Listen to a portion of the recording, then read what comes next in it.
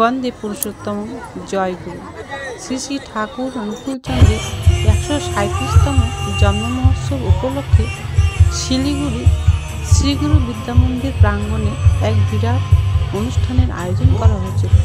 তারই একটি ভিডিও আমি আপনাদের শেয়ার করছি।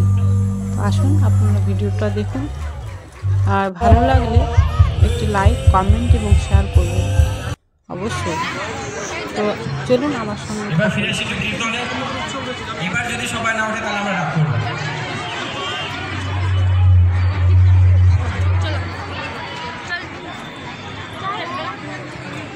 ভিতরে ও আচ্ছা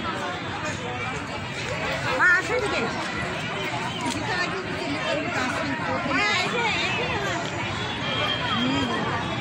না না